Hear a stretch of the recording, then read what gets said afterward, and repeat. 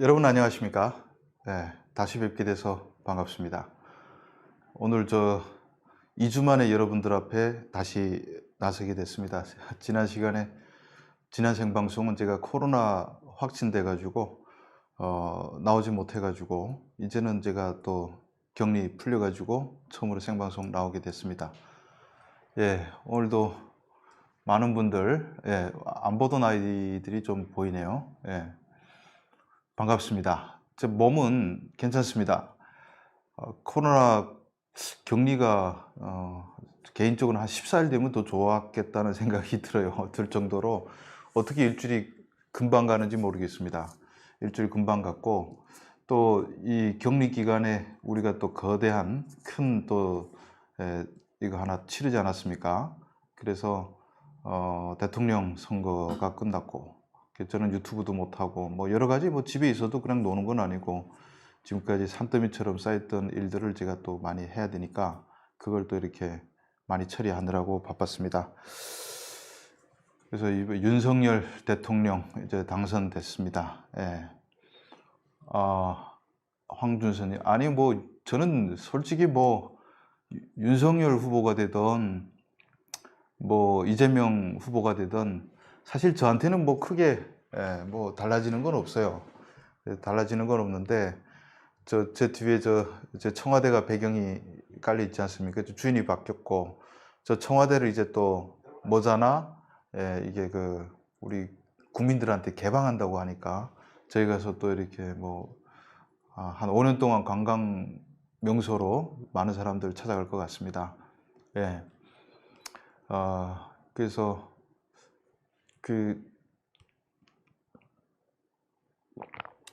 저는 윤석열 정부가 된다고 해서 뭐 솔직히 큰 기대는 없습니다. 예, 큰 기대는 없고 남북 관계 측면에서는 오히려 이재명 정부가 공약을 많이 내놨는데 윤석열 정부는 남북 관계 공약집 보게 되면 한 30번째 안에 뭐 대북 관계가 없어요. 뭐 없고 어떤 게 있냐? 그냥 주요 공약들 쭉 보게 되면 외교 안보, 외교 안보에 북한이 들어가 있어요. 북한 공약 자체가 없습니다. 또 공약집 자체를 제시하지 않았어요. 그러니까 이 대북 문제 다루는 사람들의 입장에서는 윤석열 정부에 들어서서 이게 북한이라는 파이가 확 줄어드니까 아무래도 이건 타격이 크죠. 예. 그래서 통일부 과연 뭐 통일부는 정부조직법으로 해서 국회 통과해야 되기 때문에 그건 뭐 2년은 어쨌든 남아 있겠지만은 근데 통일부 밑에 있는 부속 기관들부터 시작해 가지고 거기 예산들 과연 얼만큼 쓸 것이냐. 그래도 남북 관계에 관심 있는 정부가 들어서면 뭐 예산 많이 쓸 텐데 그래서 뭐 아는 또 동생 하나는 또 뭐 가령 통일부 산하 기관에 있는데 이 기관이 살아남겠는지 말겠는지 이런 것부터 우려가 되고 그렇게 되더라고요. 예. 예, 저 다운님 말씀대로 저는 뭐 대통령 누구 되든지 된 다음부터 저는 또 대통령 비판해야 되는 입장입니다. 근데 윤석열 정부가 들어선 의미는 제가 대선 기간에 집에 계속 있다 보니까 시간이 남으니까 페이스북에다 또 글들을 올렸습니다. 그래서 제가 문재인 정부 왜 실패했냐 해가지고 글을 썼는데 뭐 좋아요 거의 1000개 가까이 달리고 공유가 한 120개 정도 될 정도로 사람들이 다 공유하고 그랬습니다. 근데 그 얘기를 안 했네. 이 장비 어떻습니까? 목소리. 이게 뭐 마이크도 이게 비싸더라고요. 이게 마이크가. 예. 아무튼 바꿨습니다. 아예 바꿔가지고 목소리 괜찮으시죠? 예. 깔끔하게 들린다니까 좋습니다. 그래서 저는 윤석열 정부의 존재 의미가 일단 박근혜 정부를 기점을 해가지고 70년대 말하자면 반공을 국시로 했던 그 세대가 갖고 그래서 박근혜 정부 시절에 한 세대를 증명하던 많은 사람도 휩쓸려 갔죠. 그리고 그 이후에 반발로 해서 87 세대라고 할 수 있는 민주화 운동 세대, 이 민주화 운동 세대가 뭐 지금 586이라고 하는 민주화 운동 세대가 이렇게 잡았습니다. 잡아서 5년을 통치했는데 우리나라가 10년 기점을 해가지고 한나라당 뭐 이렇게 뭐 새누리당 어쨌든 이렇게 이쪽 보수정당과 민주당 이렇게 해서 최대 교체가 됐는데 이번 정부는 5년 만에 띄웠죠. 예, 뺏겼습니다. 저는 근데 큰 대의적으로 봤을 때는 이건 다행이라고 생각해야 돼요. 이번에 민주당 패배한 것이 저는 우리나라를 위해서는 저는 참 좋은 일이라고 생각합니다. 예. 개인적으로는 그렇게 세대 교체가 돼야 돼요. 왜 10년 가면 큰일 난다고 저는 생각합니다. 예. 그래서 우리가 586 세대 중에서 저는 586 세대, 87항쟁 세대를 부인하는 거 아닌데 권력을 잡은 몇몇이 결국 그 민주화를 내세우고 결국 열매를 많이 따먹었죠. 그래서 여러분들 지금 언론에 공개 안 된 게 진짜 많습니다. 예, 아까도 어떤 분 만나서 얘기했는데 윤석열 정부의 검찰총장은 이제 과로사를 해야 된다 할 정도로 정말 이 586들이 우리나라 곳곳에 들어가서 진짜 많이 해먹고 있어요. 어쩌면 대장동 같은 거는요, 중간급 정도에 낄 정도의 비리라고 볼 수 있어요. 예, 중간급 정도의 비리. 어제 다 캐내면 수십조 이상 막 터져 나올 겁니다. 곳곳에. 예. 그래서 문재인 정부는 성공했다고 보시는 분들도 있죠. 지지율이 40%니까. 근데 지지율 40%라는 것은 이 정부가 기본적으로 베이스 갖고 있는 40%를 위한 정치만 해왔고, 예, 그리고 흙탕물에는 발을 절대 안 디뎠잖아요. 그러니까 연금 개혁이라든지 뭐 노사 조정 이런 데는 절대 안 들이고 생색나는 데만 딱 들어가고 뭐 성과 있는 데만 나서서 또 이렇게 생색내고 그 다음에 좀 문제가 터지면 숨어 있고 뭐 이러한 여러 가지 이유로 해서 40% 지지율은 확고히 가지고 가고는 있습니다만은 근데 이게 586이 조직력이 워낙 강하다 보니까 나라를 5년 동안 통치하면서 기본적으로 우리가 지금 자꾸 권력의 측면에서만 보는데 경제력의 측면에서 보게 되면 각 뭐 부처 같은 데 들어가 가지고 그 부처에서 뭐 추진하는 예산, 그 예산이 어디로 가는지 미리 아니까 거기다 다 이렇게 빨대를 꽂아 가지고 미리미리 빨아먹는 그런 현상들이 많이 일어났습니다. 그래서 아직 지금 공개 안 됐어요. 저도 몇 개를 알고 있는데 공개 안 됐어요. 하다못해 뭐 가령 별데 다 있어요. 코로나 가령 해외 들어오면 격리시키죠. 어디 연수원에. 그러면 뭐 도시락 뭐 갖다 주는 업체를 딱 지정해서 그 업체 뭐 누구 해서 말단까지 다 그런 식으로 먹는 거죠.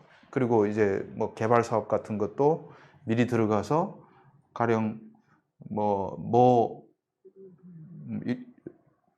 좀 이따 지금 개발이 시작되는 게 한 1조 그룹 대장동처럼 이런 데가 있어요. 그럼 그 컨소시엄이 2017년 만들어진 괴상한 데 들어가서 다 따먹고 인허가가 안 나던 거 막 인허가 다 따먹고 그래서 우리가 권력에 들어간 586만 보는데 거기는 대가리들이고 그 밑에서 또 다 이렇게 박혀가지고 뭐 우리 흔히 태양광 이렇게 떠올리는데 태양광뿐만 아닌 거죠. 예, 그런 것들이 이제 타다 보면 윤석열 검찰총장은 과로사 한다는 그 말이 나오는 거죠. 가령 제가 예전에도 말씀드렸지만은 그런 거죠. 이게 뭐 시민단체들 다 해가지고 여기에 목매달아가지고 지금 문화예술인 쪽에서도 지금 윤석열 막 이제 뭐 탄핵 촛불 시위 나온다는데 그 사람도 꿀 많이 빨던 사람들이었잖아요. 어디 가나 뭐 마을 꾸리기 사업 한다 해놓고 담장에다 그림 뻑뻑 그려놓으면 거기다가 뭐 몇 천만 원씩 툭툭 주고 그 그림 가치가 계산할 수가 없는데 거기다가 온 나라 저 어디 여수 어디 목포 어디 가도 다 담장에다 그림 그려놨어요. 그럼 그 그림 그린 게 뭐 무슨 단체 해가지고 내세워가지고요. 그렇게 다 옛날 보면 뭐 목포다 그러면 다 그 뭐 전남대 총학생회가 쪼르르 해가지고 이렇게 말단까지 내려간 데다 다 이렇게 나눠주고 이런 것들 이제 터져 나오면 어마무시하게 터져 나올 거라고 봅니다. 예. 그래서 10년 갔더라면 큰일 날 뻔했다는 거죠. 180석 가지고 국가 권력 가지고 겉에서 보이는 사람들은 다 이렇게 그 정치하지만은 그 밑에서 인허가 건, 뭐 이재명 사건도 마찬가지잖아요. 대장동 이재명 후보의 손에는 돈 한 푼 줄 필요가 없는 거죠. 그 밑에 뭐 김만배 하나 탁 그냥 끌어오면 김만배가 알아가지고 다 이렇게 로비해가지고 다니지 않습니까? 예. 심지어는 뭐 대법관들한테 50억씩 다 발라놓고, 예. 그리고 곽상도도 50억 발라놓고 이런 식으로 다 가서 돈으로 발라놓고 심지어는 윤석열 아버지 집까지 다 가서 사버렸잖아요. 나중에 어떻게 또 활용해 먹으려고 그랬겠죠. 아무튼 그런 식으로 온 나라가 이 적폐라고 하지만 적폐투성이해야 된, 제가 봤을 때 적폐투성이해야 됐어요. 이거를 우리가 이제 밝혀버려야 된다는 거죠. 앞에 10분 동안 지금 돌아가는 얘기 이만저만 했는데 뭐 정권이 바뀌면서 이제 우리가 다시 기존의 박근혜 정부에서 70년대 세대 그리고 38세대 우리가 지금 내로남불 위선 다 밝혀졌는데 결국 지금 문재인 정부가 딱 들어서는 순간 그 과거 노무현 청와대 사람들만 다 갖다 쓰잖아요. 근데 이 사람들은 5년 전에 국가를 경영해 본 사람들이에요. 그래서 10년 동안 쫄쫄 굶다가 5년 딱 되니까 권력보다는 어디 들어가서 찾아 먹으면 어떻게 해서 찾아 먹는지 이제 훈련된 사람들이에요. 그래서 언론에 나오지 않았지만 뒤에 가서 많이 발아먹었죠. 이것들이 이제 다 터져 나올 겁니다. 저는 터져 나온다고 보고 국민들이 윤석열 정부를 찍은 이유가 바로 이렇게 곳곳에 숨어서 빨대를 꽂아 먹던 이 적폐들을 다 청산하라는 깨끗한 나라를 만들라는 국민의 명령이다라고 저는 해석하고 싶습니다. 이건 개인적입니다. 개인적 생각이고, 그래서 우리나라 40%에 속하는 사람들은 아리깡님처럼 말이죠, 편파적이라고 생각할 수는 있어요. 근데 제 개인적 의견이지 이건 뭐 정답이라고 볼 수는 없습니다. 그래서 오늘 본격적인 주제를 한번 시작해 보도록 하겠습니다. 자, 윤석열 정부 대북 정책, 저희야 뭐 북한 다루는 사람이니까 북한 얘기 포커스 맞춰서 해야 되겠죠. 대북 정책에 대해서 제가 얘기 드리면 이 윤석열 정부의 대북 정책이 제가 없어가지고 이 도대체 뭘 하겠다는 건지, 그래서 대북 정책 이렇게 몇 가지 있습니다. 딱 몇 줄이에요. 남북관계 정상화하고 안보를 튼튼히 하여 평화를 확고히 지킬 것. 이게 첫 번째가 아니고 이게 큰 기조입니다. 베이스입니다. 남북관계 정상화하겠다. 뭐 안 하겠다는 게 아니라 정상화하겠다. 안보를 튼튼히 하고 평화를 확고히 지키겠다. 근데 뭐 안보를 튼튼히 지키겠다. 이렇게 되는 건데 이 정상화의 카테고리에서는 남북 대화를 통해서 상호주의와 실사구시 원칙에 따라서 남북 문제 해결하겠다라고 됐습니다. 상호주의 아주 뭐 이해되기 아주 쉬운 말이죠. 너희 하는 거 봐서 우리도 하겠다 뭐 이런 얘기입니다. 하는 것만큼. 두 번째로 남북 경협 사업자에 대한 정당한 손실 보상 검토라고 돼 있고, 세 번째 정치 상황 상관없이 북한 주민 위한 인도적 지원 추진 뭐 이렇게 돼 있습니다. 그리고 국방 분야에서는 어떤 도발도 억제할 수 있는 첨단 국방력 구축, 그 안에 킬체인 비롯한 한국형 삼축 체제 구축, 그리고 우리 군의 국제 PKO, 이게 평화 유지 활동 기여 확대 이렇게 돼 있습니다. 그래서 국방 분야를 따로 있고, 그래서 곧 구체적으로 안에 들어가면 20대 외교 안보 분야에서 북한의 완전한 비핵화 실현, 이건 뭐 그냥 그 상징적인 거죠. 뭐 윤석열 정부라고 해서 북한 비핵화 할 능력이 있습니까? 이건 비핵화는 미국과 북한의 문제입니다. 그리고 남북관계 정상화하고 공동 번영 추진, 이거는 뭐 문재인 정부와 뭐 기조를 같이 한다고 보는데 이것도 그냥 듣기 좋은 얘기하고, 솔직히 무슨 뭐 우리가 공약에서 북한 대북 공약 지켜주는 거 봤습니까? 박근혜 정부도 다 이렇게 이런 건 이 정도는 내왔습니다만은 MB 정부도 했지만은 결국은 북한의 도발에 맞춰서 우리가 대응하다 보니까 다 파토나고 막 그렇게 되지 않습니까? 그리고 국민 합의에 의한 통일 방안 충실히 추진했는데 이것도 말이 안 되는 거죠. 통일 방안이 국민 합의가 되겠습니까? 우리가 뭐 이 방안에서 계속 이렇게 하자 말자 하는 사람도 50대 50으로 갈라져 있는데, 그 네 번째 북한 인권재단 조속히 설립. 북한 인권재단은 이미 설립돼 있는데 거기 뭐 돈을 예산을 안 주니까, 그 국회에서 예산을 안 주니까 재단이 그냥 유명무실하 5년 동안 그렇게 됐죠. 이 5가지로 대북 정책이 돼 있습니다. 그리고 재외동포청이라는 게 이렇게 또 나온다고 하는데 이건 뭐 별도 다른 얘기입니다. 자, 그래서 문재인 정부, 우리가 대북 정책 말할 때 지금 제일 그 화제가 되는 게 사드 배치가 화제되고, 그 다음에 윤석열 후보가 지금 당선자지만은 마지막 후보 시절 마지막 유세 때 버르장머리 그냥 고쳐주겠다고 이렇게 얘기를 했습니다. 그래서 이게 또 화제가 됐죠. 김정은의 버르장머리 고쳐주겠다. 사드를 배치하겠다. 이런 거. 그래서 윤석열 대통령 되면 전쟁 난다 해가지고 이쪽에서 공포감을 많이 불어일으켰습니다. 예. 그래서 그런 얘기를 가지고 이번 시간 쭉 얘기를 해볼 텐데, 첫 번째 대북 정책에 대해서 봅시다. 예. 북한 인권법 이행, 이게 외교안보에 아주 첫 번째로 올라가 있는데, 이게 북한 인권법 뭐 사실 유명무실한데 이 북한 인권재단은 확실히 나올 것 같습니다. 그래서 예전에 북한 인권재단에서 예전에 뭐 이사장부터 시작해가지고 박근혜 정부 때 다 됐죠. 그 통일부 차관하시던 분 이사장으로 해가지고 다 구성됐는데 돈 안 나가지고 유명무실해 됐는데, 저는 이 북한 인권재단 인권 문제 가지고 많이 이제 포커스를 맞출 것 같습니다. 그래서 저도 민주평통에 제가 상임위원을 역임하고 있는데, 민주평통의 마지막에 지금 다 끝났으니까 제가 그냥 마음대로 막 얘기할 수 있는데, 무슨 작년도 10월에 종전협정 체결하겠다고 유엔에서 문재인 대통령이 연설한 다음부터 그 다음에 민주평통이 그냥 몽땅 뭐 종전협정 체결에 관련해 가지고 그 행사가 다 거기에 집중돼 버리는 거죠. 근데 사실은 이게 종전협정 제가 안 된다고 말씀드렸지 않습니까? 이거 되지도 않는 걸 마지막까지 하는 채를 한다고 했지 않습니까? 종전협정 안 됩니다. 이거는 문재인 정부가 하겠다고 해서 되는 게 아니고 이건 국제적 문제이기 때문에 이건 안 됩니다. 그리고 김정은이 제일 당사자인데 김정은이가 종전협정 체결해 가지고 얻을 실익이 없어요. 그러니까 종전협정을 저기서 하겠다고 원하니까 해줄 수는 있어. 근데 요구하는 청구서가 너무 비싼데 그걸 우리가 못 받아들인다는 거예요. 그래서 되지도 않는 걸 가지고 또 막 떠들다가, 그러다가 이제 대통령이 탁 바뀌게 되면 5월부터 또 뭐 북한 인권 가지고 또 막 떠들 거 아니에요.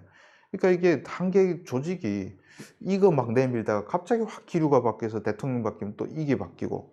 예.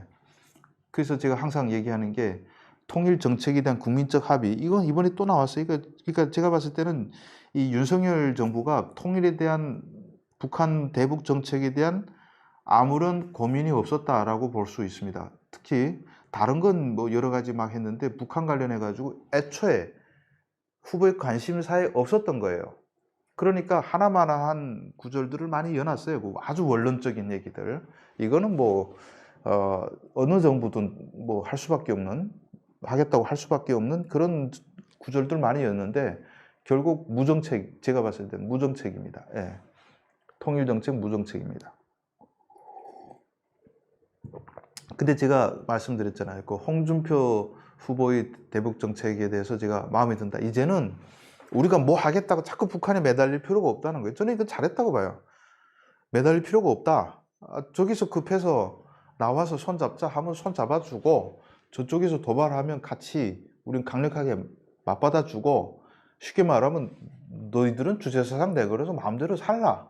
우리는 우리대로 살겠다. 이 정책이 홍준표 그때 경선 후보의 정책이었는데 그렇게 가는 게 맞다고 생각하거든요. 왜 우리가 경제력이 있어서 세계 10위권 들어가는 나라 아닙니까? 1인당 GDP에서 벌써 일본을 추월했어요.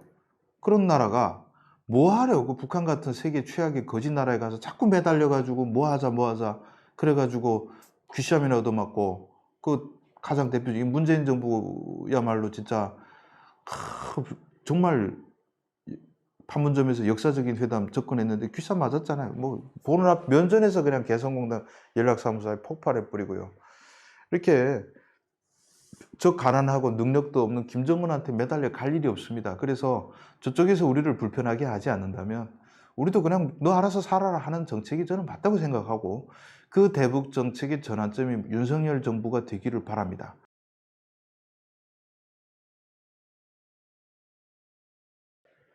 지금 잘 들리면 소리도 화면도 좋습니까? 예, 다행입니다. 다시 돌아왔습니다. 이게 새벽에 이런 문제가 제기돼가지고 유튜브에서 아주 비상이 걸렸다고 합니다. 예. 그래서 지금 현재 지금 동시 접속자가 지금 몇 명인가? 잠시만요. 아까 한 700 거의 가까이 갔다가 지금 많이 나가신 분들이 많이 있는 것 같은데, 강제 퇴장이 되신 분들이 그렇게 현상이 되는 것 같은데, 잠시만요.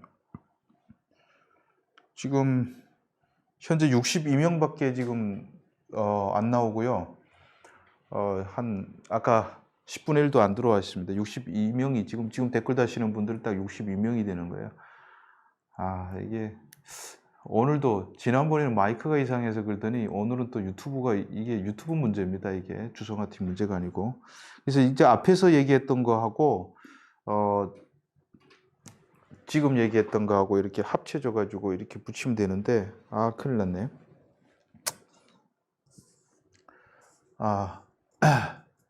네, 그래서 지금 조금 제가 또 다른 잡담하겠습니다. 휴식해가지고 다 휴식 갔는데 교실에서 종이 다시 울렸어요. 그럼 다시 교실에 찾아 들어와야 되는데 지금 10분의 1밖에 다시 안 들어왔습니다. 예, 그래서 유튜브 문제, 생방송 문제, 이게 이제 또 뭐 이런 현상이 또 벌어질지 모르겠어요. 지금 82명. 예.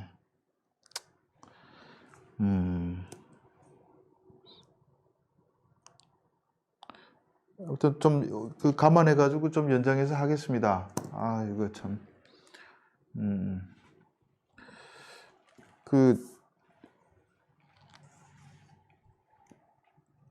예. 이번 대선 참 웃긴 게 많았어요. 태극기 부대가 갑자기 이재명 지지 선언하고요. 문파그룹이 또 갑자기 또 윤석열 지지 선언하고, 참 희한한 대선을 제가 봤습니다. 희한한 대선 봤는데, 어쨌든 대선 얘기, 또 우크라이나 전쟁 얘기, 우크라이나 전쟁 관련해가지고는, 제가 이번 대북 방송, 아마 오늘 지금 북한으로 송출된 대북 방송에서 그랬습니다. 어떻게 러시아가 세계 국방력 2위인 국가라고 우리가 알고 있었는데, 전쟁 시작되고 보니까 너무 허접하지 않습니까? 이제 키예프가 벨라루스 국경에서 키이우라고 하죠. 우크라이나 말로. 근데 뭐 저 입에 키예프라고 붙었으니까 80km인데 그걸 못 들어가지고 17일 동안 지금 전쟁을 하고 있는 상황이란 말이죠. 근데 러시아군이 걸린 문제가 보니까 장비가 낡았고, 그 다음에 식량은 무슨 20년 전에 만든 전투 식량을 줘가지고 배고파가지고 막 민가를 털잖아요. 연료가 없고 병사들이 사기져하고. 그럼 이게 뭐냐? 그동안 다 빼먹은 거예요. 부정부패가 러시아가 세계적으로 또 유명하지 않습니까? 다 빼먹었으니까 뭐 다 국방비 집행한 거, 장비, 탱크 사라고 준 돈, 그거 가지고 다 요트 사고 막 그런 거 아니에요. 그래가지고 키우 들어가는 60km에 쭉 지금 뭐 탱크 장갑차들이 쭉 늘어선 거 아닙니까? 이거는 진짜 앞뒤 맞고 그냥 비행기 가서 ATM 같은 거 두루두루 뭐 아파치 같은 거 가면 그냥 집단 학살 공동 묘지가 됩니다. 러시아가 저렇게 진짜 생각 외로 봤는데, 저걸 보면서 우리가 또 제가 대북 방송에 그랬습니다. 부정부패한 군대가 어떻게 되는지를 러시아를 보면서 생생하게 할 수 있고, 김정은이가 저거 보면서 전번 2주 전에 생방송에 제가 그랬죠. 이거 우크라이나 전쟁 빨리 끝날 것 같다 했는데, 저도 러시아군을 너무 과대평가한 것 같습니다. 세계 2위면 그래도 미국보다 밑에지만 중국보다도 세고 아주 기본기, 그래도 전쟁도 해보고 탄탄한 줄 알았는데 완전히 엉망이에요. 그래서 푸틴이 사령관 막 바꾸고 해봐야 이제 늦은 거죠. 아마 푸틴한테 올라가는 서류에는 국방비가 다 집행돼 있고 장비 다 현대화돼 있고 식량도 풍족한 걸로 돼 있을 겁니다. 근데 장부상 그런 거지, 전쟁해보니까 그게 다 가짜라는 게 아니겠습니까? 근데 이거를 제일 섬뜩하게 생각할 만한 사람이 김정은이란 말이죠. 자기도 딱 보니까 장비상으로 보면 지도 한심한 거 알죠? 러시아하고 어떻게 북한하고 비교가 됩니까? 부정부패, 북한이 훨씬 더 심하죠. 그러니까 작년도에도 재작년도 군량미 창고 풀어가지고 배급 주라 했는데 군량미 창고 열어보니까 쌀이 없다는 거 아니겠습니까? 그러니까 북한은 이제 전쟁하게 되면 러시아가 겪은 문제의 몇 배로 더 고질적인 문제들이 나오는 거죠. 그래도 러시아는 장비가 낡아도요. 연료 없는 것도 북한 똑같고 장비가 낡아도 그래도 키우까지는 들어왔지 않습니까? 수도까지 80km는 운전했는데 북한 탱크 부대가 제일 유명한 탱크 부대가 105 뭐 탱크 부대가 옛날에 6.25 때 했지만은 이 전진기지 가까운 데가 저 사리원에 있습니다. 탱크 여단에. 거기서부터 이제 딱 출발해 가지고 개성까지 나오다 보면 한 100km 나와야 되는데 나오다가 연료 떨어지고 뚝 멈춰서 뒤에가 다 서고 고장나서 뚝 멈춰서 또 서고 그리고 탱크병들이 운전을 못 해봤으니까 어디 가서 굴려 먹고 이러다 보면 이 부대가 온전하게 개성까지 나올지도 모르겠어요. 전쟁이 일어나면. 그래서 저는 러시아군 상황을 보면서 야 북한은 저거 기동해서 내려올지도 모르겠다라는 얘기를 했던 겁니다. 예, 이제 지금 집 떠나갔던 분들이 많이 찾아오십니다. 174분 정도가 찾아왔죠. 그래서 지금 이제 그 대북 정책 얘기 계속 하겠습니다. 오늘 조금 연장해서 할게요. 예, 그래서 윤석열 정부 대북 정책은 그냥 요약해서 간단히 말씀드리겠습니다. 이 대북 정책이 없어요. 예. 그냥 네 하는 거 봐서 하겠다. 이게 없는데 대북 정책이 없다는 게 또 새로운 대북 정책일 수 있습니다. 우리가 대북 정책을 어떻게 하겠다고 문재인 정부나 박근혜 정부, MB 이렇게 다 만들어 놓으면 우리가 거기에 딱 갇혀 있을 수밖에 없어요. 근데 없으니까 네가 하는 거 봐서 우리가 하겠다라는 게 또 새로운 대북 정책의 양상일 수도 있다는 거죠. 저는 이거 찬성입니다. 그리고 지금 김정은이가 정권 바뀌자마자 국방부에서 무슨 신은 미상의 발사체를 발사했다 맨날 이런 식으로 발표 나오다가 이제 뭐 ICBM 발사했다고 당당하게 쓰지 않습니까? 지금 김정은이가 ICBM 발사, 화성 17호를 발사 실험을 한다는 거 아닙니까? 화성 17호는 북한의 대륙간 탄도 미사일 중에서 가장 사거리가 긴 겁니다. 근데 북한에서 이렇게 45도 각으로 이렇게 쏘게 되면 사거리가 제일 많이 나오는데 그러면 미국 근처에 가서 떨어질 수밖에 없어요. 어떻게 진짜 사거리 검증하면 쏠 데가 없어요. 그러니까 항상 북한은 고각으로 쐈죠. 높이 올라가는 거 보면 이 높이를 판단해 가지고 이렇게 쐈을 때 얼마 갈지 이게 판단되는 겁니다. 그래서 화성 17호 가장 선진된 ICBM 이런 거를 시험 발사하는데 김정은은 이것을 정찰 위성 발사라고 명분으로 거짓말이죠. 무슨 정찰 위성 쏘겠습니까? ICBM의 지금 사거리가 이만큼 가는지를 테스트하는 거예요. 근데 우리는 북한하고 또 김정은하고 합의서 찍어준 게 있으니까 이거를 단죄가 할 수 없는 거예요. 근데 대북 정책이 없으면 니들이 미사일 시험하면 우리도 한미 군사훈련 할게 이렇게 나오면 되는 거예요. 이게 어쩌면 새로운 시대 새로운 패러다임일 수도 있다는 겁니다. 이런 상황에서는 통일부의 역할이 제한적일 수밖에 없는 거죠. 근데 사실은 저는 문재인 정부는 이재명 후보는 대통령이 되면 통일부 이름 바꾸겠다 했습니다. 남북 무슨 교류협력부 이런 식으로. 아마 윤석열 정부도 저는 이름 바꿔가지고, 뭐, 그 통일부가 지금 뭐, 굳이 뭐 있을 필요가 없다. 제가 맨날 말씀드리다시피, 청와대 안에 어차피 문재인 정부도 NSC에서 다 결정해서 주물렀는데, 뭐 그런 기구를 하나 만들어 놓고, 굳이 상근 부서 있다 보니까 북한도 어저께 발표 나온 게 뭐 제일 대결부라고 또 통일부를 막 엄청나게 씹더라고요. 그래서 이런 상황에서 우리가 대북관계 기구를 좀 정리하고 민주평통을 구심점 삼아서 정리할 수도 있고 다시 정리해가지고 북한이 하는 대로 하는 게 맞는 방법일 수도 있다는 거죠. 그래서 그 통일부 보면 가령 보면 남북 회담 본부라는 게 있습니다. 저기 청와대 북촌 쪽으로 쭉 올라다 보면 서울에서 쫙 다 올려다 보이죠. 위치는 아주 끝내주죠. 쫙 보면 서울의 발 아래 펼쳐져 있습니다. 이 본부가 하는 일이 옛날에 이게 제가 듣기로는 이후락 아니고 누구야 중정부장 김형욱이 자기 별장 만들려고 거기다 했던 부서를 79년도 박정희 대통령 암살 사건이 일어나고 전두환 정부가 출범하면서 그 알짜부지 김영욱이가 별장 집 지으려고 했던 부지에다가 해담본부 지었다 이런 얘기를 하는데 아무튼 위치는 아주 끝내주고 산속에 탁 있고 끝내주는 데 있습니다. 그러니까 여기서 하는 게 뭐냐면 남북 회담이 있게 되면 어떻게 해야 되는지를 뭐 지원하는 회담에 나가는 그런 전문 인력들을 양성하는 곳이라고 하는데 지금 이 회담본부가 몇 년째 뭐 개점 휴업이에요. 그래서 참 제가 통일부 산하 기관 보면 저기 가면 좋겠다 싶은 기관들이 많습니다. 뭐 일은 안 하는데 월급 꼬박꼬박 공무원들은 나오니까.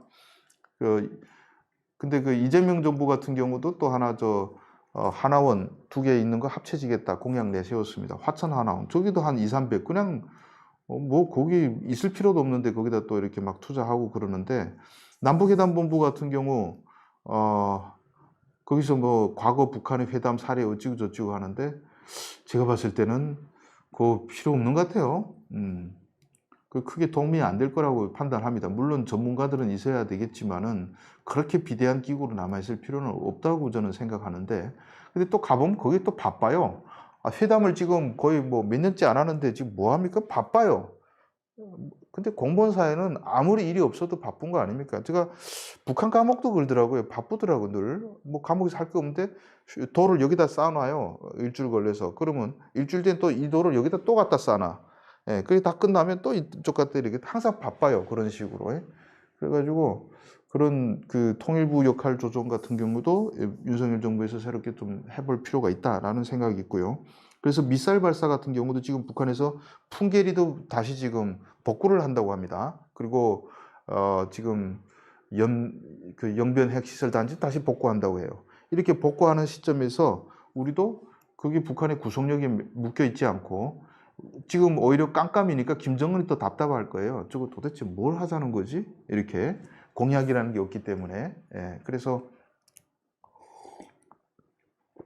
무공약으로 가는 게 좋다. 근데 뭐 그 돌아가는 거 보면 아까도 본 탈북자 누구를 뭐 통일부 장관 내세우자 그거는 저는 절대 반대입니다. 제가 저보고 하라고 해도 절대 반대예요. 예, 왜냐하면 아니 뭐 어쨌든 북한하고 대화를 하고 협상을 하고 그 윤석열 정부도 북한하고의 그 대화 협상을 하겠다고 했는데 아니 그 협상하겠다는 단체가 탈북자를 내세우면 그걸 안 하겠다는 소리죠. 그러니까 그런 거는 저는 반대입니다. 통일부 장관 탈북자는 시키면 안 되는 것이고요. 그리고 문재인 정부에서 남북 경협 사업자에 대한 정당한 손실보상 검토라고 했는데 문재인 정부 들어서서 벌써 박근혜 정부가 개성공단 나온 다음에 맨날 그 앞에서 시위합니다. 보상해달라고. 그래서 문재인 정부도 보상해 줄 것만큼은 해줬습니다. 뭐 여기야 뭐 더 많이 해주고 싶지 않겠습니까? 그런데 문제들이 있기 때문에 무턱대고 많이 줄 수가 없어요. 왜냐하면 개성에 들어갔던 사람들이 요구하는 손실보상액을 전부 다 줄 수가 없는 겁니다. 가령 이런 거죠. 항상 개성 공단에 진출했던 기업들이 항상 뭐 장부를 보면 적자예요, 적자. 예. 맨날 적자 보면서 우리가 힘들게 운영하고 있다. 운영될 때는 그랬어요. 우리 남북 관계를 위해서 우리가 희생하면서. 근데 갑자기 문 닫혔어요. 그러니까 갑자기 적자 기업이 손실 보상해달라. 그 기계값 줄 수 있어요. 근데 영업 손실, 영업에 대한 뭐 5년 동안 영업했으면 얼마만큼 벌었을 건데 그거를 보상해달라 그래요. 근데 철수시켰으니까 적자 없어졌으면 보상해 줄 수가 없는 거 아닙니까? 그러니까 그 장부를 이거 미처 생각 못 했던 거죠, 기업들이.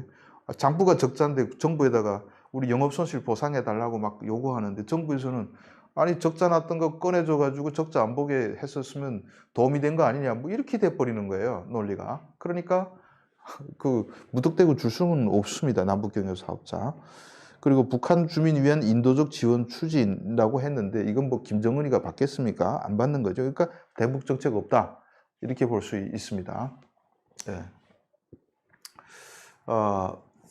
그래서 윤석열 정부의 의미는 아까 제가 말씀드리다시피 우리나라에서 이게 곳곳에 숨어 있는 빨대 꽂고 빨아먹는 거. 예산 규모가 문재인 정부에서 최대치가 됐죠. 우리나라 적자 규모도 엄청나요. 그 적자가 뭡니까? 국가 GDP 대비 그 적자 규모가 엄청나게 나라 빚이 쉽게 말하면 엄청나게 늘어났습니다. 나라 빚이 늘어났다는 것은 국가 창고에서 빚을 내 가지고 다 미래 세대가 걸머져야 될 빚이죠. 풀었다는 거 아니에요. 돈 푼 거. 그 돈 푼 게 어디 가냐? 그러면 이제 코로나 뭐 쉽게 말해서 아까 제가 무슨 도시락 얘기도 했잖아요. 하다못해 그런 데까지 다 해가지고 빨대 꽂고 시민단체들 벽에다가 그림 칠하던 시민단체들부터 시작해가지고 그리고 5년 동안 인허가 났던 곳들 가만히 뒤져보면 그 뒤에 배후에는 그림자들이 있단 말이죠. 그 그림자를 검찰에서 얼만큼 잡아서 대장동은 중간 규모 그런 것들 잡아서 나라를 정상화하나. 이거 5년 더 빨대에 꽂아줬더라면 큰일 날 뻔했다. 그래서 저는 그런 의미에서 윤석열 정부의 의미를 평가하는 것이지, 대북 정책은 어차피 이재명 정부가 되든 윤석열 정부가 되든 김정은이 나와야 뭘 할 거 아니겠습니까? 코로나 때문에 안 나온다는데. 그래서 대북 정책은 지금 없는 게 맞다고 저는 생각합니다. 김정은이 나올 생각도 안 하는데 정책에서 우리가 먼저 구속력 해가지고 스스로 묶일 필요가 없어요. 족쇄 걸고. 우리 정책은 이렇기 때문에 족쇄 걸고 묶일 필요는 없다는 거죠. 대신 든든한 안보는 우리가 항상 준비해 둬가지고 북한이 전면전할 능력은 없지만은 국지적 도발을 할 능력은 있는 거죠. 가령 연평도 포사격이나 천안함 피격같이 들어와서 하게 되면, 그래가지고 달아나게 되면 우리는 그때 반격을 제대로 못했던 거 아닙니까? 이런 거는 우리가 든든한 안보를 항상 유지해가지고 북한의 도발에 대해서 언제든지 준비할 필요가 있다라고 볼 수 있습니다. 자, 그 뭐 이거 도중에 이 생방송이 막 이렇게 떨리면서 문제가 생겼기 때문에, 그리고 10분 또 껐다가 다시 시작해가지고 또 집 나갔던 분들이 한 절반밖에 안 들어오고 뭐 이런 문제가 있어서 오늘 생방송 그 기본 주제에 대해서는 여기까지 말씀드리고, 또 뭐 다른 이런저런 얘기들을 하는데, 뭐 사실 뭐 이 생방송 유튜브 하면서 요즘에 그 조회수들이 너무 안 나와가지고요. 이게 뭐 먹고 살기 힘들 정도로 안 나오네 진짜. 이 유튜브 전반적으로 다 침체돼가지고 북한 관련. 근데 저희 같은 거는 이 북한에서 자꾸 뭔가 이슈가 있어야, 하다못해 판문점에서 뭐 김정은하고 윤석열이 얼싸는 그림 나와줘야 북한에 대한 관심이 높아져가지고 뭐 사람들이 북한 문제에 관심이 있어서 쳐다볼 텐데, 북한은 아무것도 움직이지 않고 변화가 없는데 계속 뭐 이제 비리 사건들이 계속 터져 나온다. 이러면 어떻게 되겠습니까? 사람들이 북한 관련 유튜브를 안 봐요. 이슈가 없기 때문에. 그럼 저도 이게 과연 유지해야 되나 말아야 되나 할 정도로 심각하게, 저도 적자 기업을 계속 언제까지 끌고 갈 수는 없는 상황이니까 이런 식의 고민이 생길 수가 있는 겁니다.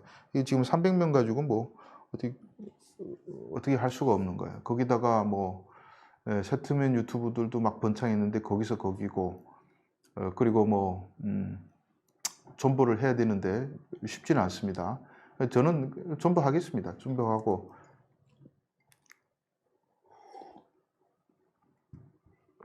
거기다 이번에 지금 그 베나TV 사건 관련해 가지고 주성아 TV 시청자들도 한 2,000명 정도가 나갔어요. 그래서 그런 타격도 있고, 그래서 이거 사실 그것도 참, 제가 3월 5일 날에 제가 생방송할 때 그 베나TV 관련해 가지고 확 밝아 놓으려고 했는데, 제가 코로나 확진되는 바람에 그쪽에서 운이 좋았던 거죠. 그래서 지금 나와서 다시 오늘 또 얘기하려고 하니까 이미 큰 파도도 지나갔고, 또 대한민국 대통령도 바뀌고 사람들이 다 관심이 또 대선으로 가 있고, 지금 이렇게 된 거예요. 쉽게 말하면 실기를 한 겁니다. 실기를. 그래서 지금 이번에도 생방송 그 얘기 좀 해볼까 생각했는데, 근데 지금 이제 제가 다시 시작하는 모양새가 되면 사람들이 다 기억도 이제 다 까먹었는데, 제가 선제 공격해가지고 이 문제 모르는 사람도 많은데 누구 또 이렇게 사람 하나 매장하고 싶어서 안달난 사람처럼 비춰지는 이미지적 문제도 있고, 여기에 대해 관심 가진 사람 많지도 않은데 대다수 주성아 TV 구독자들한테 이게 또 싸움을 시작해야 되는 생각도 들고 해서 좀 꼬였어요, 스텝이. 그래서 근데 뭐 지금 베나TV 문제는 제가 확실히 말씀드릴 수 있는데, 많은 사람들이 저한테 와서 비난하고 있고 탈북자들이 배은망덕하고 하는데, 이거는 분명히 잘못된 측면들이 있다는 것을 제가 분명히 말씀드립니다. 제가 지금도 그 탈북자 팔아가지고 나쁜 놈 만들고 엄풀하는 거 보면서 제가 참 야비하다는 생각 들고, 다시 북한 가지고 유튜브를 시작하더라고요. 유튜브 뺏어가지고. 근데 그거 보면서 북한 팔아서 유튜브 하면 안 되는 사람들인데 또 시작하는구나. 제가 그래도 탈북 기자 북한만 20년 했고요. 이유 없이 분노하지도 않고, 그리고 지는 싸움도 시작하지 않는데 이제 다시 제가 선제 공격해야 되나? 이런 생각 들어서 지금 피해만 고스란히 보면서 참고 있을 수밖에 없는 것 같습니다. 예. 예. 아니 근데 제가 뛰어들 수밖에 없었던 이유가 있는 거예요. 예. 제가 왜 이렇게 말하고 왜 분노하는지 제가 자료들 다 갖고 있는데, 이게 사람들이 몰려다니면 탈북자만 죽일 놈이라고 돌 던지고 한 2,000부 우르 나갔는데 확 까불키가려고 하다가, 예. 근데 또 한편으로는 이런 생각도 있어요. 여기 나이가 들면 사람이 좀 너그러지더라고요. 그래서 딴 사람한테 치명상 입히는 거 이거 좀 될수록 안 하고 싶어요. 예.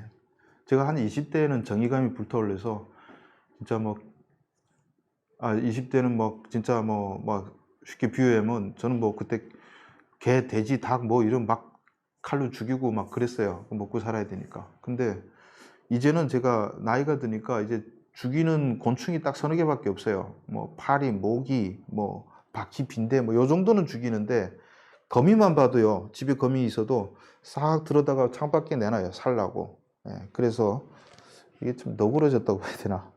세상 돌아보면 참 나쁜 인간들이 멀쩡하게 잘 살고 있는데 내가 누구한테 치명상 입혀야 되나 이런 생각 듭니다. 그래서 베나TV 거는 제가 잠시 유보할 텐데, 근데 뭐 그쪽에서 뭐 명예훼손으로 고소한다든지 뭐 재판 지금 걸려 있으니까 재판 결과 나온다든지 하면 뭐 저야 뭐 땡큐죠. 예. 근데 이 문제는, 그래서 제가 공개적으로 여러분들한테 말씀드리진 않을 텐데, 혹시 이 문제에 대해서 내가 꼭 베나TV 진실을 알아야 되겠다. 예. 그러면 뭐 주성아TV 이게 그 보면 다 제 이메일 주소도 있으니까 내가 누군지 왜 필요한지 저한테 메일 주세요. 그러면 제가 생각해보고 보내줄 수도 있어요. 근데 뭐 선제 공격에서 제가 더러운 흙탕물에 뛰어드는 것 다시금 연출하는 모양새는 제가 보여주기 싫어가지고요. 그래서 또 많은 분들이 또 제가 흙탕물에 뛰어드는 걸 원치 않기 때문에, 그래서 지금 오늘은 보류하는데 끝난 건 아닙니다. 그래서 아마 여러분들 제가 설명하게 되면 여러분들도 역시 분노하게 될 겁니다. 그래서 피해는 컸어요. 많이 이제 시청자들이 계속 떨어져 나가고, 예. 그리고 저쪽에서는 즐기고 있고, 진짜 내가 열받아가지고 진짜 하다가 참습니다. 현재로서는. 자, 그리고 그 다음에 여러분들 최근에 궁금했던 점들 있으면 또 대답 드릴 수 있으니까 질문 주시고 그렇게 해 주십시오. 사실 뭐 저는 뭐 누가 이기고 지고 저는 3자의 입장이지만은 한쪽만 나쁜 놈이 아니라는 입장에서 뛰어들었으니까. 예. 지금 그거 뺏어가지고 또 북한 가지고 하는데, 아마 제가 한번 확 하게 되면 북한 가지고 못할 겁니다. 그거 하면 안 되지, 양심 없이. 예. 자, 블루닷님, 북한의 숲이 우거진 것만 타격하게 되면 거의 모두 중요 시설에 해당하나요? 라고 물어봤는데 꼭 그렇지는 않습니다. 예. 그리고 우리가 정찰 감시 자산이 얼마나 발전됐는데 숲이 있다고 막 때리는 거는, 그거는 아주 무지한 겁니다. 무지한 거고, 지금 한국에 탈북자들이 36,000명 나와 있습니다. 그래서 그 탈북자들이 와서 보면 어느 마을에, 우리 마을에 다 보면 지금 구로스 펼쳐놓으면요, 여러분들 차까지 다 보이지 않습니까? 근데 군사용, 우리 자료 조사할 때, 탈북자들 조사할 때 놓는 지도는요, 저는 20년 전에 왔는데도 그때도 깜짝 놀랐어요. 와, 이렇게 생생하게. 예. 그러면 그 생생한 거 가지고 그 마을 살던 사람 불러다가 이 뒤에 있는 숲이 뭡니까 하면 그 마을 살던 사람들은 다 알아요. 그러니까 우리는 북한에 대해서 사실상 어느 동굴 구멍까지 다 그 위성에 나오지 않습니까? 이 동굴이 과연 군사용인지 아닌지 다 알아요. 그 마을 사람들이 군대 드나드는 건 모르겠습니까? 암만 숨기려도 숨길 수가 없어요. 그래서 우리는 이미 국방부에서 전쟁이 터지면 제가 생각하는 데는 모든 타격 지점에 대해서 좌표는 다 찍혀져 있다. 만약에 안 찍혀졌다 그러면 이거 완전히 큰일 나는 거죠. 뭐 자기 일 처리를 잘 안 한 거죠. 국방부가 완전히 지금 손 놓고 있었던 거니까. 그래서 국방부에서는 모든 좌표를 찍어 놓고 미사일 다 조준하고 있어야 된다는 거죠. 정보는 얼마든지 35,000명이 어느 마을에서나 다 왔으니까 이게 뭡니까 하면 이게 뭡니다 하고 다 대답이 돼 있어요. 인적 정보. 대단한 겁니다. 그래서 수비 있는 곳에 가면 군사기지. 꼭 그렇지는 않은 거죠. 예.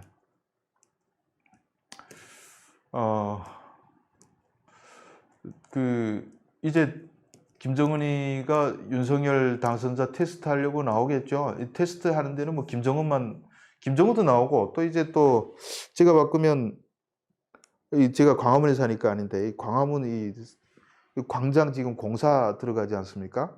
그래서 제가 그 옛날에도 그랬죠. 야, 이거 공사 들어가니까 문재인 정부 때는 절대 촛불 시위를 못 하겠구나. 몽땅 공사판이니까 이 광장이. 근데 윤석열 정부가 출범할 때쯤에는 이 광화문 광장이 이게 또 완성돼요.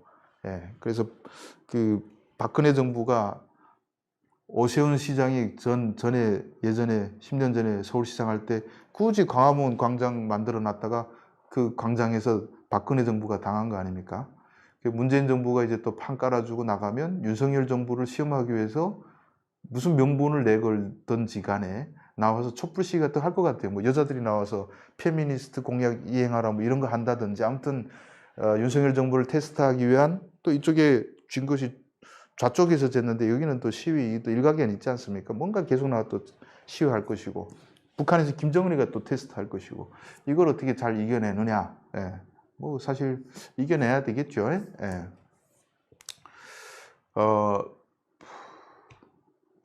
문재인 정부 윤석열 정부 집권하면 백두青송위원회나 위임맞이 한영단은 뭐 범법 사유가 있으면 처벌받으면 됩니다.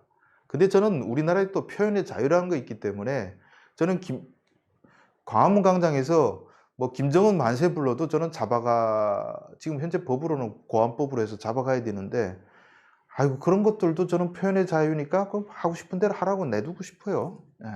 근데 그게 막 미국 주한미 대사관 관절을 뛰어넘는다든지, 그때 뛰어넘었죠. 그런 거는 또 잡아서 처벌을 해야 된다는 거죠. 예. 그 광우병 시위 때도 동아일보 있으니까 각종 시위 맨날 내려다보잖아요. 근데 광우병 시위 때도 그렇죠. 이게 지금 광우병 잘못됐다고 다 생각하지 않습니까, 사람들이? 과연 우리가 그 광우병 걸린 사람이 있습니까, 한국에 10 몇 년 동안?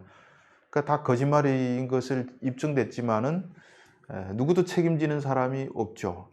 광우병 시위 때 대단했죠. 동아일보 와서 1층 유리창 박살내고 사진 기사 두드려 부시고 완전히 뭐 폭도가 따로 없었어요, 광우병 시위 때.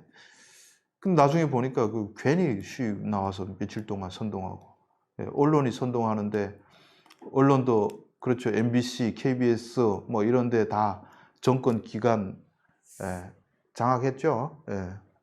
그래서 김구한님 감사합니다. 언론도 이 정부에서 다 장악했죠. 문재인 정부에서. 그래서 언론을 장악하는 방식은 그래요.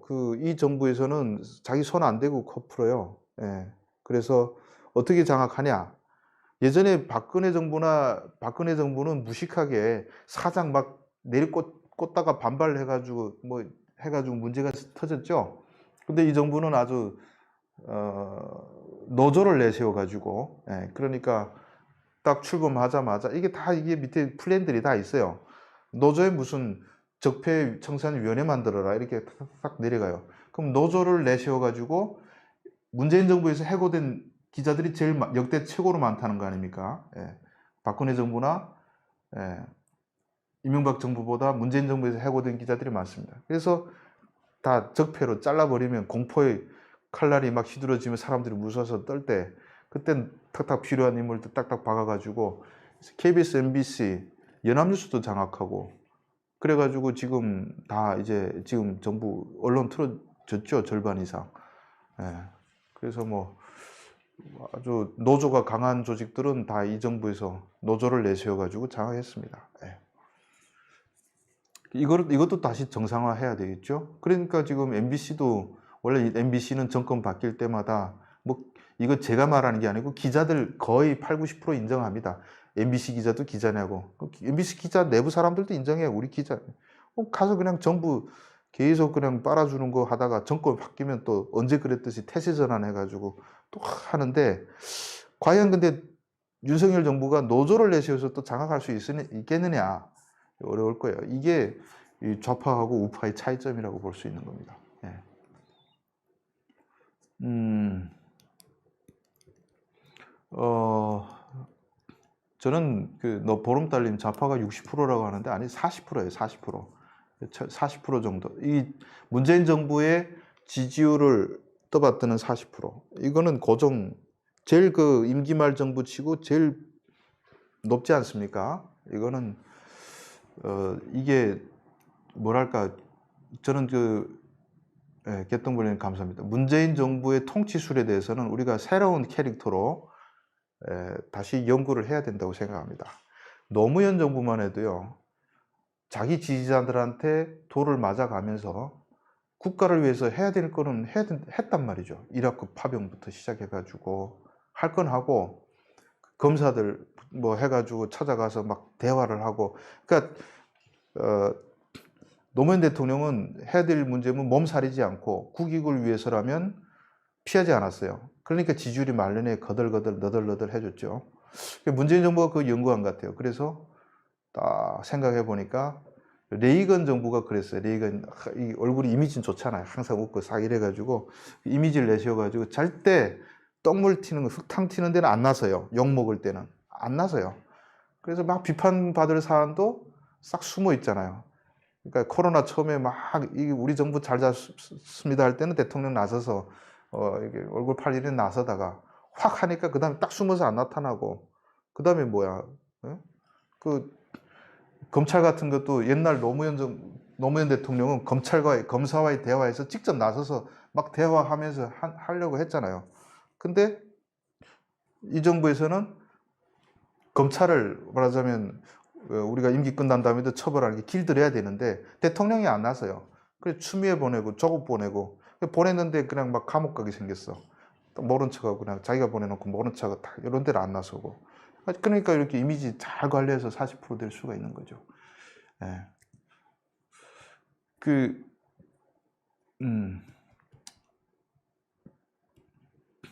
전쟁 난다는 거는요. 여러분들 이렇게 전쟁을 할 수 있는 상황이 아닙니다. 이제 현재는 이 한국은 이제는 윤석열보다 뭐 10배 더 강경파가 올라서도 전쟁이 안 돼요.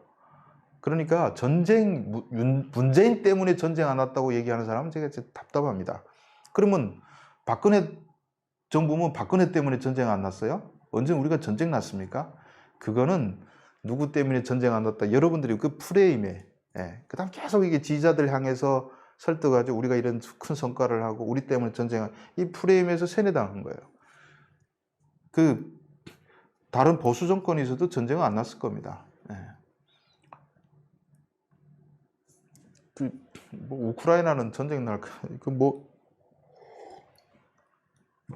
날 때 되면 이건 지정학적 요소는 이게 대리전 양상 아닙니까? 그러니까 이거를 우리가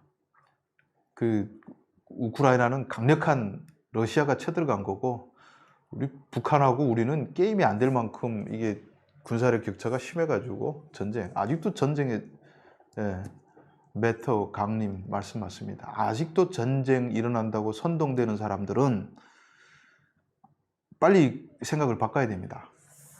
제가 이번 선거에서 또 보게 되면 이게 빨갱이 프레임이 없더라고요. 이게 이제 우리가 사회가 진보한다는 증거라고 볼 수 있습니다. 그러니까 이재명이 되면 빨갱이가 집권하기 때문에 우리나라를 북한에 넘겨준다. 이 프레임이 이번에 없어요. 그거 보면서 그 프레임 계속 걸던 사람들도 이제 자기들이 말이 아니라는 거 알고 있으니까 문재인 정부가 빨갱이니까 북한이 다 넘겨준다고 예전에 선거할 때 그렇게 막 떠들었지 않습니까? 넘겨줬습니까? 아니지 않습니까? 그러니까 빨갱이 프레임 이제 사라지기 시작했습니다. 전쟁 프레임도 사라져야 된다는 거죠.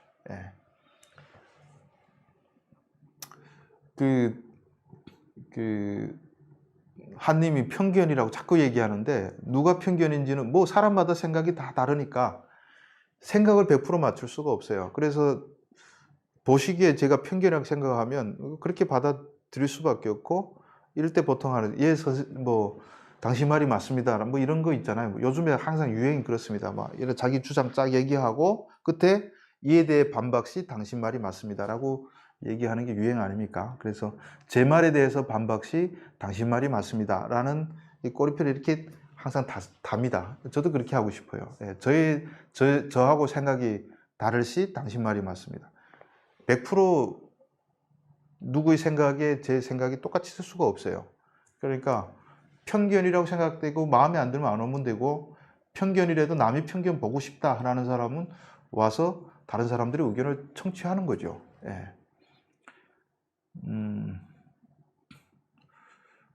그다음에 또 지금 시간이 21분 됐으니까 이제 거의 끝날 때가 됐습니다. 그래서 한 2, 3분 있다가 제가 끝나겠습니다. 근데 끝날 때가 되니까 800분이나 들어왔네요. 예, 지금 생방송 거의 800분 들어와서 조금 더 해야 되겠나? 예.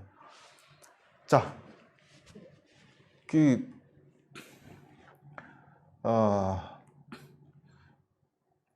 이 대법원 문제, 이 대장동 문제, 뭐 이런 것들 이제 다 처리해야 되죠. 지금 자꾸 하는데, 아마 지금 대법관 지금 2명 걸렸나요? 예, 2명, 3명 걸렸나? 대법관 같은 거 뭐 김만배 가서 한 50억씩 다 하면, 이재명 경기지사는 항상 재판 걸리면 마지막 최후의 항소하게 되면 대법원에서 해결하잖아요. 그 중에서 과반수 한 5명, 6명만 50억씩 발라놓으면 이재명 지사는 절대 감옥 갈 일이 없는 거죠. 예, 그런 작업을 했던 거죠. 아마 이제 더 들키지 않았을까? 그 작업을 2명한테만, 대법관한테만 50억씩 줬을까? 예, 그리고 곽상도 주고 뭐 주고 해서 다 이게 돈 발라놓은 거죠. 예. 저는 그 윤석열 아버지 집까지 사주고 한 것도 다 돈 발라놓은 거죠. 미리 써먹으려고. 예. 그러면 뭐 다른 데는 안 해먹었겠냐? 하도 이재명 후보가 대선에 나왔으니까 들킨 거지. 대장동도 처음에 쉬쉬 이렇게 하다가 터져 나온 거니까 파보니까 이게 엄청난 거예요. 근데 이제 다른 데 지금 파볼 때가 몇 군데 있어요. 파보면 또 이거 여기서는 어느 라인, 여기서는 어느 라인. 그 광주 같은데요. 사고가 2번 일어났잖아요. 붕괴 사고. 그래가지고 그 문제가 일어나서 막 파보니까 또 마피아식으로 다 이렇게 자기들이 해가지고 시민단체가 먹었지 않습니까? 파보면 나와요. 예. 저는 저 북한 기자이기 때문에, 그래서 가령 민주당 경선 때 말이죠. 경선 때, 이낙연 후보가 전남지사 출신인데 이재명 후보한테 광주에서 밀려버렸어요. 되게 신기하잖아요. 전라도에서 이재명, 전라도 가본 적이 없는 사람한테 밀렸어요. 왜 그러냐? 다 옛날에 조선대 출신 다 가까스에 밑에 뿌리까지, 말초까지 다 들어가 있어가지고 작업해버리면요, 바로 몰표가 나오는 거예요, 거기는. 그래가지고 그런 문제들, 예, 우리나라가 거기만 있겠습니까? 이런 문제들 그게 다 돈으로 또 평소에 운영하려니까 갑자기 돈 줄 구실 없으니까, 그러면 또 마을 미화 사업 1억 주니까, 담장에다가 뺑기 칠해. 이렇게 시민단체 목에 살리고. 그 시민단체들이 이제 밥줄 떨어져 난리 나또 여기 나와서 또 시위하겠죠. 그 다음 또 뭐 정보 또 톡 주면서 이제 인허가 한번 차려줄 텐데 그거 알아서 좀 해. 이런 식으로. 예. 그래서 이제 전라도 그 지역 조직의 네트워크의 문제, 운동권 네트워크의 문제가 건물 2번 붕괴되면서 터져나오기 시작하는데, 저것도 이제 캐면 또 엄청날 거예요. 사람들이 안 캐는 거죠. 예. 그래서 윤석열 저는 당선인은 그래도 나름 본인 자체는 그래도 깨끗하게 살아왔다고 생각합니다. 근데 또 김건희 문제가 또 와이프가 또 걸려 있으니까, 예, 그것도 그래서 참 우리나라가 깨끗하게 살기가 그만큼 쉽지는 않습니다. 예. 그리고 저는 또 윤석열만 그런 게 아니고, 저는 문재인 대통령도요, 저는 청렴한 분이라고 생각해요. 예, 이 정부에서 40%가 지지율이 나오는 이유 중에 하나도 이미지도 있지만은, 항상 마지막에 레임덕 터질 때 최측근 가족 비리가 터져 나왔지 않습니까? 근데 문재인 정부는 없어요. 예, 그러니까 관리를 잘했고, 대통령 올라서기 전에도 자기 관리를 잘했고, 그래서 저는 문재인 대통령은 사적으로 뭐 꿍제를 먹기 위해서 뭐 옛날에 박근혜 정부에서 무슨 재단 만들어서 이렇게 하려다가 그 제일 심플한 게 재단 만드는 그 쉽게 말하면 고단수 못 됐죠. 그러니까 하다가 한 것처럼 그런 사람은 아니라고 생각하고요. 그래서 본인 스스로는 저는 청렴하다고 생각합니다. 그 밑에가 그다음엔 근데 문제는 바지 사장이라는 거죠. 그 밑에가 다 해먹은 거죠. 너덜너덜하게 바지 사장 세우고 깨끗하고 청렴한 문 대통령을 내세우고 그래서 저는 문재인 대통령은 감옥에 갈 확률이 글쎄 있을 것 같지 개인적으로 비리를 막 저지르고 그럴 사람은 아니라고 생각합니다. 예. 근데 그 다음부터 이게 운동권들이 탁탁 내려오고 막 그렇게 되면 그 다음부터 쭉쭉쭉 걸릴 수가 있다는 거죠. 예. 저는 이게 제 개인적 견해라고 말씀드리는 겁니다. 예. 자, 그렇죠. 제가 북한 다루는 기자가 자꾸 이렇게 정치적 얘기하면 손해줘요. 왜냐하면 이게 딱 갈라져 있기 때문에. 예. 북한 얘기만 합시다. 예. 아니 근데 제가 청렴하다고 했지 밑에서 어떻게 챙겨 먹는까지 모른다고 하진 않았어요. 다 알긴 할 거예요. 알면서 참죠. 참다가 어느 순간 뭐 희생양으로 자기를 딱 바치려고 하면 이것들이 하고 터뜨릴 건 있을 거예요. 예.